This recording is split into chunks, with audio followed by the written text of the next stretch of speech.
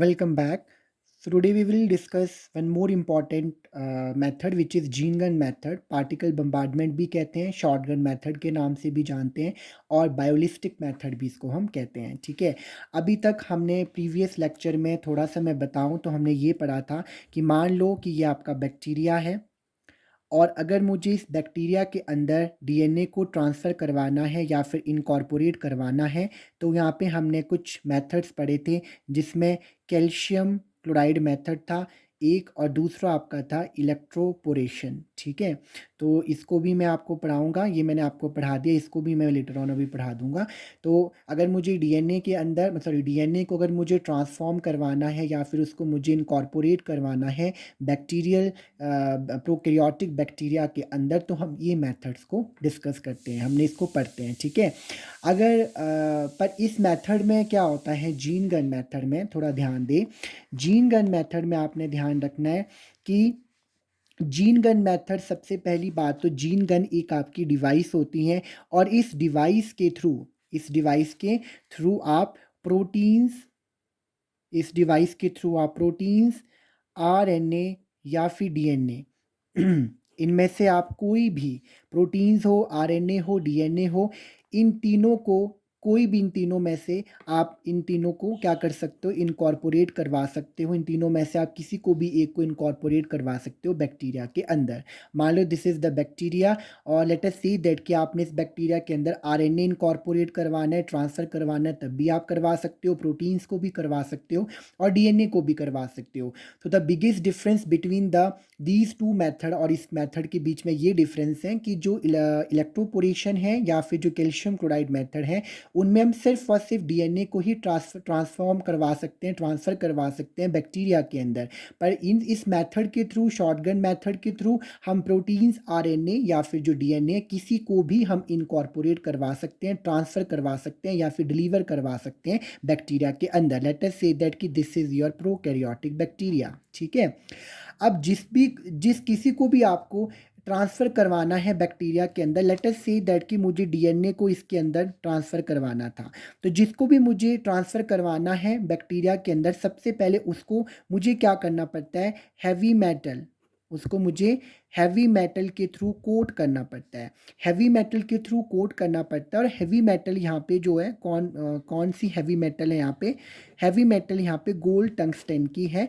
तो जिसको भी मुझे ट्रांसफ़र करवाना है या फिर उसको मुझे डिलीवर करवाना है बैक्टीरिया के अंदर, उसको सबसे पहले मुझे डीएनए से उसको सबसे पहले मुझे हैवी मेटल से कोट करवाना पड़ता है और ये हैवी मेटल आपके पास जो गोल्ड टंगस्टन की बनी हुई है। इसका मतलब ये हुआ कि डीएनए अब किस चीज़ में कन्वर्ट हो चुका है, डीएनए आपका क्या बन चुका है, heavy metal coated DNA. Simple DNA तो वो अब नहीं रहा क्योंकि वो कोट कर चुके हो आप उसको। तो जो आपका हैवी मेटल कोटेड अब डीएनए है, उसको हम क्या नाम देते हैं, उसको हम माइक्रो प्रोजेक्टाइल का नाम देते हैं। किसका नाम देते हैं, माइक्रो प्रोजेक्टाइल का नाम देते हैं। और इसी माइक्रो प्रोजेक्टाइल को अल्टीमेटली, ये बड़ा इंपॉर्टेंट है कि जो आपका हैवी मेटल कोटेड डीएनए है, जिस डीएनए को मुझे इनकॉर्पोरेट करवाना था बैक्टीरिया के अंदर, अगेन बता रहा हूँ, उस डीएनए को आप सबसे पहले हैवी मेटल के थ्रू कोड करते हो, जो हैवी मेटल आपकी गोल्ड टंगस्टन की है। अब जो आपका हैवी मेटल जो कोटेड डीएनए है, उसको हम माइक्रो प्रोजेक्टाइल का नाम देते हैं और इसी माइक्रो प्रोजेक्टाइल को आप अल्टीमेटली क्या करते हो, bacteria, let us say that कि दिस इज द बैक्टीरिया, इस बैक्टीरिया के अंदर इसको आप ट्रांसफर करवाते हो या फिर इसको आप इनकॉर्पोरेट करवाते हो with the help of some mechanical forces. ठीक है, आपने नोट्स बनाते रहने हैं साथ साथ में कि कुछ मैकेनिकल फोर्सेस की हेल्प से हम इस माइक्रो प्रोजेक्टाइल को बैक्टीरिया के अंदर इनकॉर्पोरेट करवा सकते हैं। ठीक है, तो this is the gene gun method. सिर्फ इतना सा मेथड है, आपने सिर्फ ये ध्यान रखना है कि प्रोटीन्स हो, आरएनए हो, डीएनए हो, जिसको भी मुझे ट्रांसफ़र करवाना है बैक्टीरिया के अंदर, उसको सबसे पहले मुझे हैवी मेटल के साथ कोट करना पड़ेगा। उस हैवी मेटल जो आपके पास जो भी कोटेड प्रोटीन्स हो, आरएनए हो, डीएनए हो, उसको माइक्रो प्रोजेक्टाइल का नाम देते हैं और उसी माइक्रो प्रोजेक्टाइल को अब हमने कुछ मैकेनिकल फोर्सेस की हेल्प से बैक्टीरिया के अंदर ट्रांसफ़र करवाना है। बट दिमाग में ये चीज़ भी आती है कि इसको हम बायोलिस्टिक मेथड क्यों कहते हैं, और कभी कभार एग्जामिनर आपको अलग से भी पूछ सकता है why gene gun method is known as biolistic method. ठीक है, तो ध्यान रखें कि इसको हम बायोलिस्टिक मेथड इसलिए कहते हैं क्योंकि इसमें हम सिर्फ न्यूक्लियस का ही ट्रांसफॉर्मेशन नहीं करते हैं, इसमें हम सिर्फ न्यूक्लियस का ही ट्रांसफॉर्मेशन ही करते हैं। जैसे लेट अस से दैट कि आपका बैक्टीरिया है और ये आपका प्लाज्मिड डीएनए है, और ये प्लाज्मिड डीएनए का क्या है, न्यूक्लियस है। तो जब आप ये इस प्लाज्मिड डीएनए को इस बैक्टीरिया के अंदर जब इनकॉर्पोरेट करवाओगे, ट्रांसफ़र करवाओगे, तो डीएनए भी ट्रांसफ़र होगा। तो सिर्फ न्यूक्लियस का ही ट्रांसफॉर्मेशन नहीं होता, इसके साथ साथ आप अदर ऑर्गेनेलीज जैसे प्लास्टिड्स या फिर माइटोकॉन्ड्रिया है उनका भी ट्रांसफॉर्मेशन करवा सकते हो। Very very important. ठीक है, तो रिमेंबर दैट कि this method is also known as biolistic method because इस मेथड के थ्रू सिर्फ न्यूक्लियस का ही ट्रांसफॉर्मेशन नहीं होता, बल्कि जो प्लास्टिड्स या फिर माइटोकॉन्ड्रिया आपकी अदर ऑर्गेनेलीज हैं उनका भी आप ट्रांसफॉर्मेशन जो इस मेथड के थ्रू कर सकते हो। ठीक है, ये आपका शॉर्ट गन मेथड है जिसको हम बैलिस्टिक भी कहते हैं, पार्टिकल बम्बार्डमेंट भी कहते हैं। बट यहाँ पे ये डायग्राम आपको दिया हुआ है बुक्स में, तो ये डायग्राम ऐसे ना ड्रॉ किया जाता है ना ही ये चीज़ समझ आती है। इसको मैं आपको बहुत ही छोटा सा डायग्राम मैं आपको बताता हूँ, इससे आपको समझ आ जाएगा। अब देखो ये डायग्राम क्या हमें रिप्रेजेंट कर रहा है। आपने सबसे पहले ध्यान रखना है कि ये आपका गैस का सिलेंडर है, और ये गैस का सिलेंडर में आपकी एक डिस्क है जिसको हम रप्चर डिस्क कहते हैं, और इस गैस सिलेंडर में आपका पहले से हीलियम गैस है। ठीक है, पहले आपने सिर्फ इतना सा ध्यान रखना है, नीचे का सब भूल जाओ। ठीक है, कि गैस सिलेंडर था, इसमें आपकी हीलियम गैस पहले से भरी हुई है, इसमें एक डिस्क लगी हुई है जिसको रप्चर डिस्क हम कहते हैं। ठीक है, होता क्या है कि हम जब प्रेशर अप्लाई करते हैं, इसमें जब प्रेशर ऊपर से अप्लाई करते हैं तो पहले से इसमें गैस भरी हुई है, और इसमें ऊपर से आप और प्रेशर दे रहे हो, बहुत ज़्यादा प्रेशर इस सिलेंडर के अंदर हो जाता है, जिससे क्या होता है कि यहाँ से जो धक्का लगता है, ड्यू टू प्रेशर धक्का लगता है, और वो धक्का लगता है रप्चर डिस्क के ऊपर। रप्चर डिस्क का नाम ही रप्चर है, वो डिस्क आपकी टूट जाती है, ब्रेक हो जाती है ड्यू टू प्रेशर। वो धक्का, वो प्रेशर आपका आगे लगता है किस पे, फिर प्लास्टिक माइक्रो कैरियर पे। और प्लास्टिक माइक्रो कैरियर जो है वो डीएनए कोटेड माइक्रो पैलेट्स हैं। क्या है आपके, डीएनए से कोटेड माइक्रो पैलेट्स हैं। अब होता क्या है कि ये जो धक्का होगा वो प्लास्टिक माइक्रो कैरियर पे लगेगा, और वही धक्का आपका क्या होता है, स्टॉपिंग स्क्रीन पे लगता है। ये क्या आपकी स्टॉपिंग स्क्रीन है।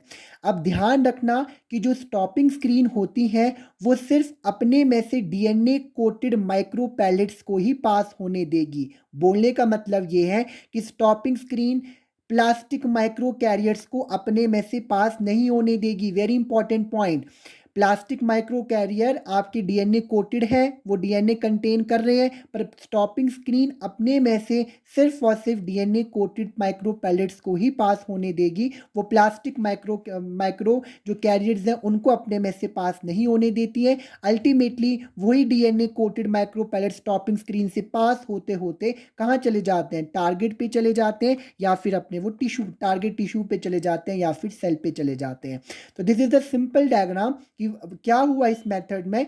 इस मेथड में गैस सिलेंडर में आपकी पहले से प्रेशर थी, ऊपर से आपने और प्रेशर लगाया, प्रेशर लगाने पे इसमें प्रेशर जनरेट हुआ, बहुत ज़्यादा हाई प्रेशर से वो प्रेशर लगा डिस्क पर, डिस्क आपकी रप्चर होगी, धक्का लगा, वो प्रेशर लगा प्लास्टिक माइक्रो कैरियर पे जो डीएनए कोटेड है आपके, वो आरएनए कोटेड भी हो सकते हैं, प्रोटीन कोटेड भी हो सकते हैं, मैंने डीएनए कोटेड लिया यहाँ पे। ठीक है, तो क्या होगा, वो स्टॉपिंग स्क्रीन के ऊपर धक्का लगेगा, पर जो स्टॉपिंग स्क्रीन है वो सिर्फ अपने डीएनए कोटेड को ही अपने में से पास होने देती है, प्लास्टिक माइक्रो कैरियर इसमें से पास नहीं होंगे। अल्टीमेटली वो जो डीएनए कोटेड हो आपकी माइक्रो पैलेट्स है वो टारगेट टिश्यू या फिर सेल पे अल्टीमेटली पहुंच जाते हैं।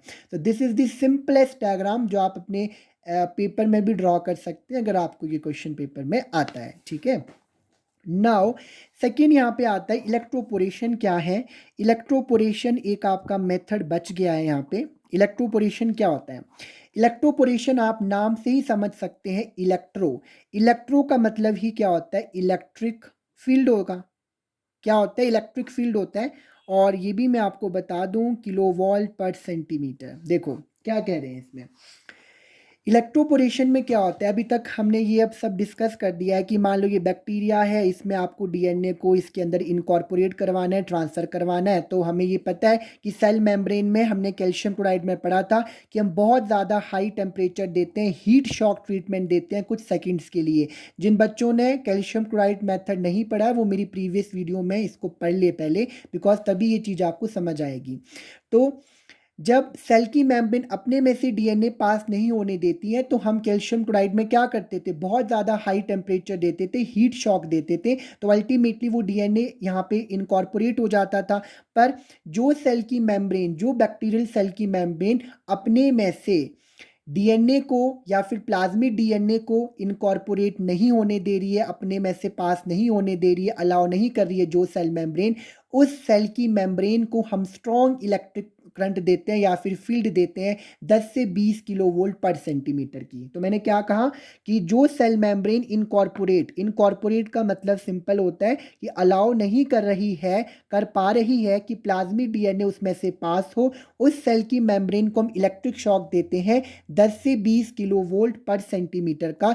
इतना हाई करंट या फिर फील्ड देने पे अल्टीमेटली क्या होता है, परमेबिलिटी जो होती है वो इंक्रीज हो जाती है। जैसी परमेबिलिटी इंक्रीज हो जाती है तो अल्टीमेटली जो आपका बैक्टीरियल की जो सेल की मेम्ब्रेन है वो अपने में से, ये मान लो प्लाज्मिक डीएनए था, उस प्लाज्मिक डीएनए को इनकॉर्पोरेट कर लेती हैं, पास होने देती हैं वो सेल की मेम्ब्रेन। ठीक है, तो होता क्या है कि जैसे ही मैंने इसमें इतना इलेक्ट्रिक फील्ड या फिर करंट दिया तो ये जो सेल की मेम्ब्रेन होती है उसकी सेल की मेम्ब्रेन में क्या होता है, होल्स क्रिएट हो जाते हैं, और इन्हीं होल्स के थ्रू जो प्लाज्मिक डीएनए होगा वो अल्टीमेटली बैक्टीरिया के अंदर चला जाएगा। So due to this strong electric field या फिर करंट, होल्स गेट या फिर holes created in the cell membrane, and with the help of this holes जो आपके प्लाज्मिक डीएनए होगा इट विल गेट इनकॉर्पोरेटेड और ट्रांसफर इनटू द बैक्टीरिया। अब जैसे ही मान लो ये प्लाज्मिक डीएनए था, ये प्लाज्मिक डीएनए इन होल्स के थ्रू अंदर चला गया, तो जैसे ही प्लाज्मिक डीएनए होल्स के थ्रू अंदर चला गया तो अल्टीमेटली ये आपके जो होल्स होते हैं वो रैपिडली क्लोज्ड हो जाते हैं, एकदम से ये होल्स आपके क्या हो जाते हैं, रैपिडली क्लोज्ड हो जाते हैं। एक मैकेनिज्म होता है जिसको हम नाम देते हैं सेल मेम्ब्रेन रिपेयर मैकेनिज्म।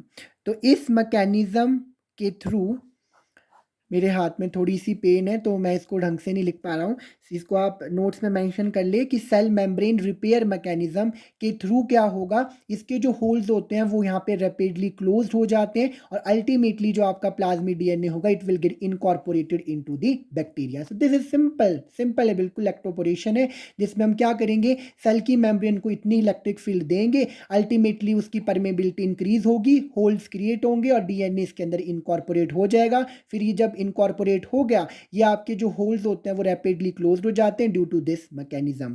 पर इसका एक मेजर ड्रॉबैक था इस इलेक्ट्रोपोरेशन का, वो भी आपने मेंशन करना है कि सिर्फ 40 से 50% जो इंक्यूबेशन चैम्बर में जो इंक्यूबेटेड सेल्स होते हैं वो डीएनए रिसीव कर पाते हैं, बाकी सिर्फ 50% जो आपके ट्रांसफॉर्म्ड सेल्स है वो सर्वाइव कर पाते हैं, कि जो सेल्स आपने अल्टीमेटली इनकॉर्पोरेट करवाए हैं ना बैक्टीरिया के अंदर, इतने ही वो सिर्फ 50% ही सर्वाइव कर पाते हैं, बाकी सिर्फ 40 से 50% जो आपके इंक्यूबेटेड सेल्स हैं वो डीएनए को रिसीव कर पाते हैं। ठीक है, सो विद दिस ये यूनिट 4 था। यूनिट 4 में आपको मैंने कैल्शियम क्लोराइड जो मेथड है ये भी पढ़ा दिया, इलेक्ट्रोपोरेशन भी पढ़ा दिया, और मैंने यहाँ पे आपको जीन गन मेथड भी पढ़ा दिया है। तो तीनों में से आपको कोई भी पेपर में आ सकता है, तो आप बहुत आराम से लिख सकते हो, मैंने आपको तीनों समझा दिए हैं।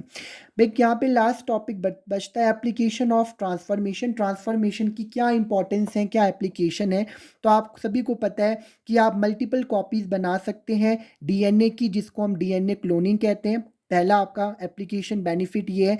दूसरा, आप क्या करते हो, जो ह्यूमन मेडिसिनल प्रोटीन्स हैं, जैसे हम ह्यूमन इंसुलिन की जो ग्रोथ हार्मोन है, इसको भी मैं आपको डिटेल में पढ़ाऊंगा नेक्स्ट टॉपिक में जब भी हम पढ़ेंगे।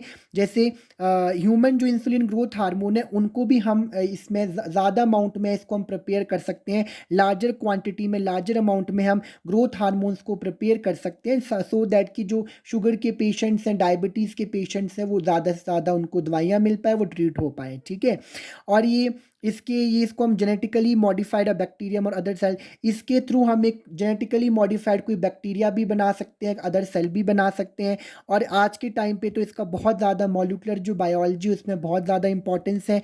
इलेक्ट्रोपोरेशन के थ्रू आप क्या कर सकते हैं, आप बड़ी सारी क्रॉप्स हैं जैसे सेरिल्स हैं, आपके राइस है, वीट है, मीज़ है, इनके थ्रू इनको भी आप ट्रांसफॉर्म करवा सकते हो। एक बड़ा ही इंपॉर्टेंट यहाँ पे लाइन लिखी है, नियोप्लास्टिक जो प्रोसेसेस होते हैं, कैंसर की ट्रीटमेंट्स जो होती हैं वहाँ पर भी इसको हम बड़ा यूज़ करते हैं। Neoplastic is related to cancer.